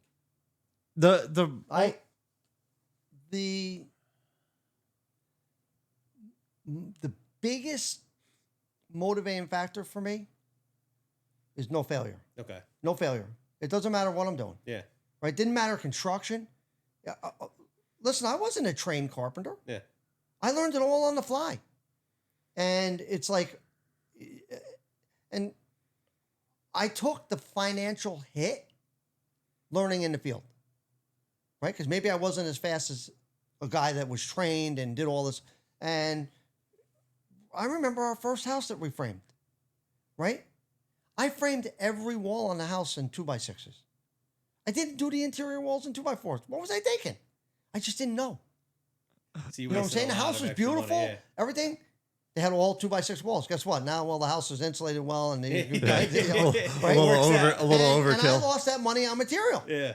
And I just wasn't, and I don't know if and listen, I had framed a ton of houses after that, but I got in a zone to where for some reason, I ordered all 2x6s. Yeah. And, You that's, just had 'em, and you had to listen, do it. that's a job that I'm telling you guys that happened in 1986. That's crazy. And I remember it. So what made you so hungry to find more, like to get ahead of the pack in snow removal versus construction? 'Cause construction Snow happened. removal was getting overwhelmed by landscapers putting plows on their trucks, trying to find work in the winter. Everything that I wanted to do extra in life seemed to come from my hard work in snow. If I Okay. wanted a second home, if I wanted this, or I wanted that, I just knew that if I hustled my butt off in snow, I could do it. Yeah. And the thing about snow is it's here today, and and most likely in a week it's melted in down the catch basin. These days, it's gone tomorrow. Yeah. Yeah. Nowadays, Brandon. Yeah. Right? So So, it's- nowadays it's completely different. So you can make a good chunk of your money in in less time, Sure. and you get to do it quick, and then you And I still- like it. and- Being efficient. Yeah. Dude, well, there there's was- something about snow removal. Like I'm even watching Brandon's video of him plowing, and I'm like, I genuinely enjoy plowing snow. Yeah, like it's fun. cleaning up a lot and getting it from like the driveway. You were plowing the driveway in Yeah. the video, seeing the driveway covered in snow and coming down and being like, at the end it's blacktop and it's just scraped clean. It's, I'm it's like, satisfying. And it's being so efficient. satisfying. Yeah. For me, I would look at a lot, and within 2 minutes, I would know the most efficient way to clear it. Yeah. Oh, you told me, you yelled at You me. got to like, come up with a plan. Well, the first time I plowed for him, he goes, no, you're not being productive if your truck's going in reverse. And I was like, okay, I got to make loops only. I cannot go down. You know how a many times I heard that? Yeah, a million. You're going in reverse, you're losing money. So let's get back to the snow. So the city comes eventually. Well, We do that for 3 years. but during those 3 years, do we go up to Orange County, or is that after? No, we go up to Orange County. During those 3 years. Yeah, we've got Airmont, Palisade Center, no Nanuet Mall, Pfizer. Pfizer. Which Pfizer changed to. Yeah, we had Nanuet Mall at that. Well, no, no, the mall shut down. we didn't have Nanuet Yeah, Mall. they shut down. But Pfizer switched to whatever they became.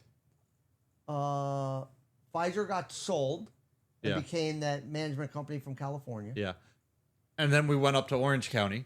And then the mayor saw what was friends with Dennis Kay and saw what we were doing. So were we in the city when we started Blooming Grove? Or were we... No, Was that after? Yeah, we were already in the city. So it's during those 3 years. So Airmont negotiated in 2009, started on January 1 of 2010. Okay. 2012 was the start of Blooming Grove. And 2011 was New York City. 2011 to 2014. So it was Airmont, New York City, Blooming Yeah, Grove. and then throw Maryland State Highway in the middle. Yeah. There, all that little shit in there. Yeah, just throw it all in. So yeah. so then, moving up to Orange County is really when we cut everything except for roadways out of Well, our. no, I kept the Palisade Center, but So you started touching on this before when they wanted to switch their contract from separate snow and whatever. they had it was separate. Scott Curdy had the landscaping. Yeah. I had the snow. Yeah. But at that point, we were only doing loader work there. No. I was doing everything, salting everything, and then they wanted to do a combo. So Scott was going to get it, and I said, "Listen, I don't want anything to do with the landscaping. So you get the contract. He gets the contract, Yeah. and I do the heavy lifting for him, just the loader work." Yeah. Okay. So the mall went from us doing everything to Scott coming in and taking the contract, subbing the loader work out to us. Yep. So now we're just pushing piles of snow in parking lots. Yep. And they're not paying to move snow anymore. No, because the malls are Dead. dead. Yeah, nobody's going to the mall. No, nothing. Even you go to the mall Push now, it to the end. you get a keep- front row parking spot 90% of the time you go there. Push it to the end. Keep it within the painted box stripes so Yeah. you can see them. Done. So then, this is a few years ago now, probably two. When did we stop with the mall? 3 years ago? It's been 2 years. 2 years. 2 years. 2 years ago. Why did you want to get out of the mall? So I had them all for 8 years with Scott. Yeah, that's what it was. 3 wild. and 5, right? If they watch the YouTube, they know that we yeah, sold. They know. Yeah. So Yeah, they we see it. sold all of our loader equipment to Scott. We sold all the mall equipment, loaders with pushers, Yeah, to Scott. yeah, And I called up Scott and I said, "Listen, the mall had become a dead horse. We were getting to we were guaranteed season minimum. I had with Scott. Get that every single year, but would get nothing extra out of it. yeah. Right? It's not snowing. We're so efficient with it. You weren't making the There's money no at the there's mall no- that you used to. For make. having 8 loaders and the responsibility of putting 8 guys in there, I wanted to focus on our core business. Yeah, And I spoke to Scott and said, "Listen, I can do 2 things. I can either lease you the equipment and you put the operators in it, and I'll give you a couple guys that want to stay there, yeah, or I'll put together a package and sell you the whole thing." And he went with the latter, Yep. and worked out a 2-year deal. I want to tell you one thing about Scott Curdy. The man is a solid human being. yeah. He has never wavered on one finance or any commitment that he's had with me. And also another thing is Scott is realistically he is a competitor, He is, but he doesn't step on our toes. we don't step on each other's toes. Yeah.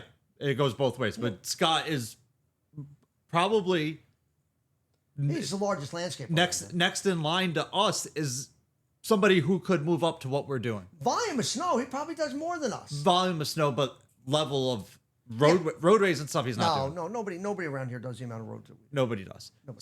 So We've got 100 and some miles of road. yeah. Well, which is I think It's fine for us. but doing roadways is rare across the country. Yeah, not very many guys do For a it. private contractor, No. it doesn't happen. We are the highway department for them. They don't Right. have a highway department. Right.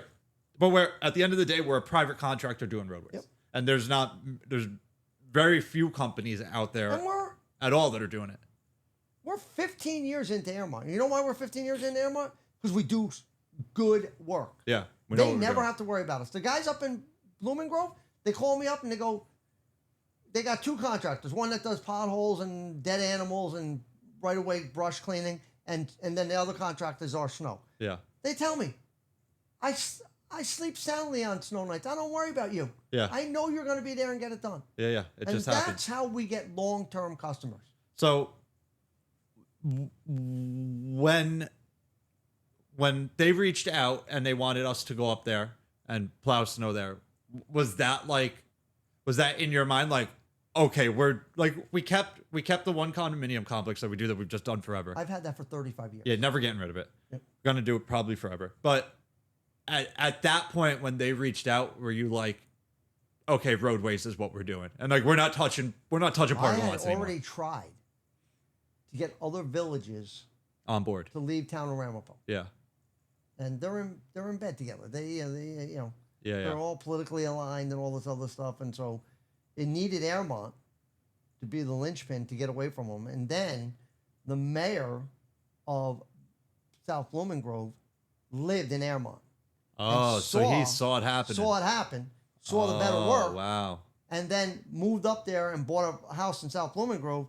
Reached out to me, and we negotiated for a year and a half in between. I knew it was a while before it actually happened. Yeah, You were and talking what about. ended up happening was Blooming Grove, who similar to the town of Ramapo, was the highway department doing an intermunicipal agreement with South Blooming Grove. Told them, "We'll get better. We'll do a better job for you." Meanwhile, they're playing games with them.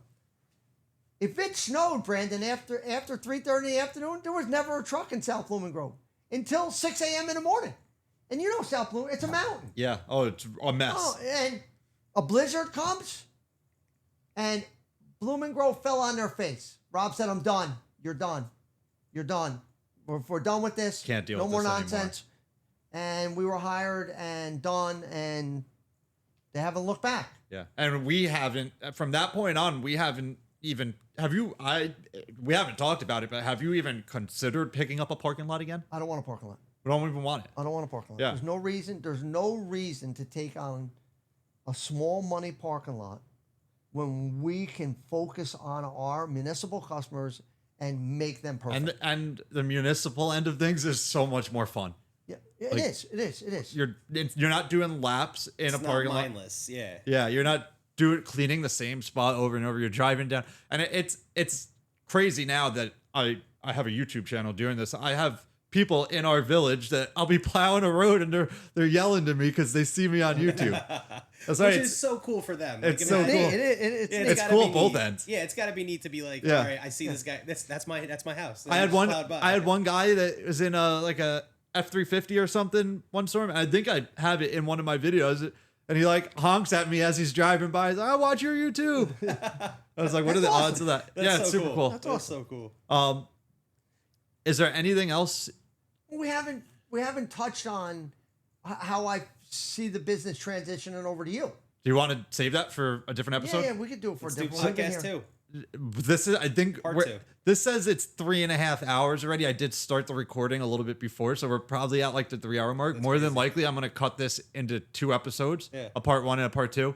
We'll do a part 3 on what the future holds. But I owe Chris something because during episode 1, You had a plan for it too. we had a plan. You guys can't see this right now, probably, but I'll walk up there in a second. Actually, Chris, you walk up and put this in front of the camera. Show them. So, Chris has a candle company. He makes candles. Hudson Valley Mandel Co., right? Mandel Company. So, I have the candle here. There's probably 20 candles around my house. He has an Instagram. We have them all over our house. He has Instagram. Yeah, they're all over. So he had an idea years ago that he wanted to start a candle company. So is this a merch? Yeah, this is this a merch. This This is a little bit of a plug. Yeah. Well, no, it started out during the pandemic. Didn't want to pay $35 for a candle. Started making my own. Then somehow spent $2,000 on candle equipment. And now I make candles just to give them out to my friends. But if you go on And his, my Christmas present to him was a wax melter. yeah, it's a huge wax but melt. I can make a ton now. you better go get some products on your Etsy page because I was on your Etsy and there's not a single thing for sale on No, it. well, you have to go to the website. I don't think there's anything on your website either. No, You it got a has the Hudson link Valley to it. Mandel Yeah. website? But anybody, if you're interested in candles and you want to buy from a local candle maker, that's also my I'm brother. not sure. Do you have the picture from Shannon's wedding of how Yeah. we did that Yeah, thing? I'll I have throw that. that up on That's on top of my- this. If That's you're on gonna my have a Instagram. wedding, it was Yeah, if you want to have a great. wedding, if you're gonna have a We wedding, did not if you it want as- to. If yeah, you're gonna we- have a wedding, we can supply candles with a little tag on it that has For all every your person's seating and name everything. It was actually a really with their nice touch seat. for a I'll put a wedding. picture on top right now. It was cool. He can do it all. have a- Yeah, I'm sponsoring the pot. All sorts. You know, We have a I large. gave him that candle. It's a spawn. No, it's not a monetary. It's more Yeah, but of you also have the rustic the wall. the bifold. It's not a bifold. It's candle like holder a with out of trifold, barnwood. really. Yeah. Yeah. So So it's pretty neat. they'll see it on top of the video. But yeah, so follow Chris on Instagram if you want candles. He had a plan the first time we get through the podcast. And this is our first ever dry run. And he goes, At the end of the podcast, I asked you, is there anything else you want to touch on? And you said no. I forgot. I forgot too? Yeah, we both forgot. So look, I got it now. It was sitting right there during the whole time. podcast Yeah, but too. it's been part of the podcast. Get yourself a trifold that says Hudson Valley Mandel on it so that the camera's picking it up. Yeah, and from it can every read angle. it. It can read it. We need something with 3 different candles, 3 different scents, and it says Hudson Valley Mandel Co. on it. The candle and that'll holders come in sit. different colors. Right? That'll sit. Yeah. That'll Well, I sit got- on this table during every single podcast, even though I'm not getting any money off of it. I'm actually making, so I have a bunch of old liquor bottles and I'm taking them and cutting, like I've cut 2 of them already. They cracked, so I have to figure out how to cut them better. But I'm going to make I'll make you, because I was going to make them for the next golf outing as like a Little gift. so I can sponsor my own golf Yeah, outing. yeah, and yeah. kind of Giveaway. keep doing it. But I'll make you a couple that are sick looking that you can have up Yeah, there as a that'd be big cool. one. That'd be cool. Well, this was a good format because what ended up happening, what I noticed was that some of the answers and questions, Chris, would trigger Thoughts? another question for you. Oh, yeah. Yeah, and then Yeah. would trigger something else. Well, me and him have a good back and forth. Like he's very linear with he has what he wants to accomplish, and I'm just somebody with nothing to accomplish. So if I see something that I think there's an opportunity, there, I have a path that we need to Yeah, and I'm continue just the down. guy who's like, we oh, got to there's- start here and we got to get here and we got to hit everything I'll in between. find the little breadcrumbs for him and just throw them out Yeah. there. Yeah, but It just- there's a lot of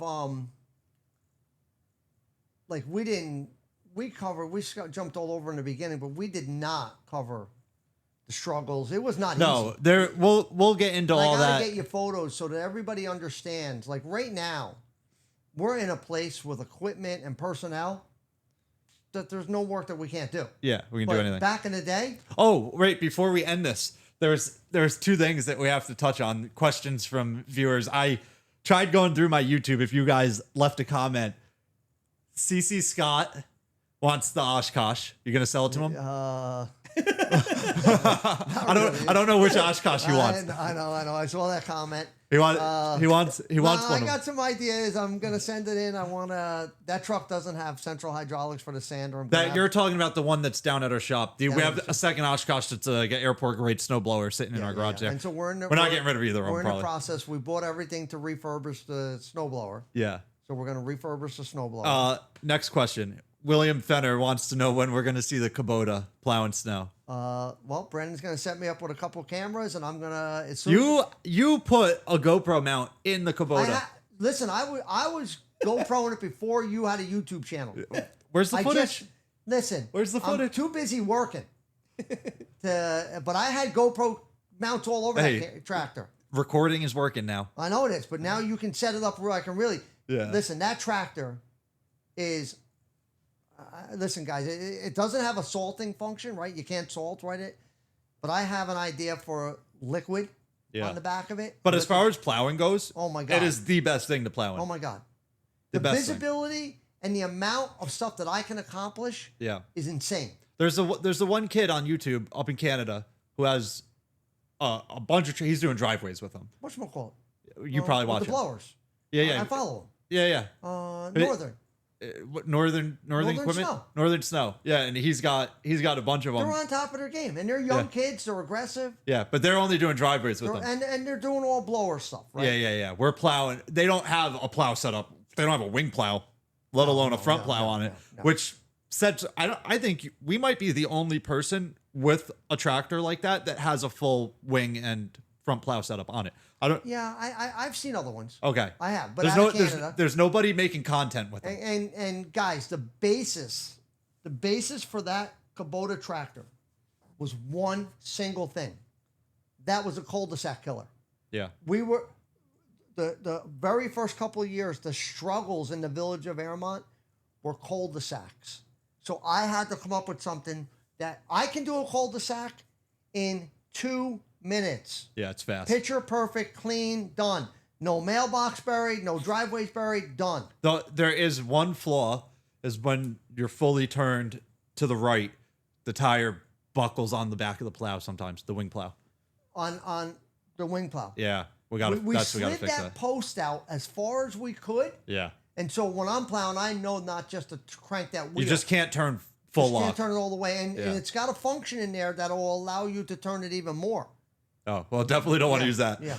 So and then I watch that, Yeah. and There's just something you have to keep in the back of your mind, especially like when I hop in it because I don't And drive that every so time. this year I just bought a counterweight for the back of it. Yeah, we put that on it I already. put a counterweight on it just for a little bit of, for the spin. But going into a cul-de-sac when you get a heavy snowstorm and a wet snowstorm, the front wants to slide a little bit. So I'm accustomed to just tapping the front plow and putting as soon as I put that weight of that plow on the front, Yeah. boom, that tractor turns on a hard. You lift the plow up a hair. A tiny Yeah. bit, just enough to put the chain. You're weight. leaving like maybe a quarter of an inch of Nothing, snow. Not even. nothing. Yeah.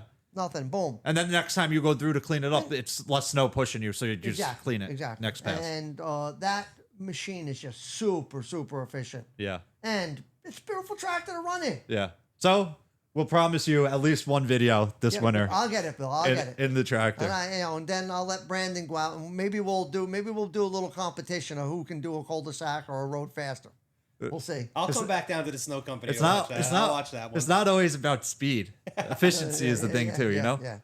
All right, guys. That's the end of it. Thank you for watching. Thanks, We'll see you guys everybody. next time.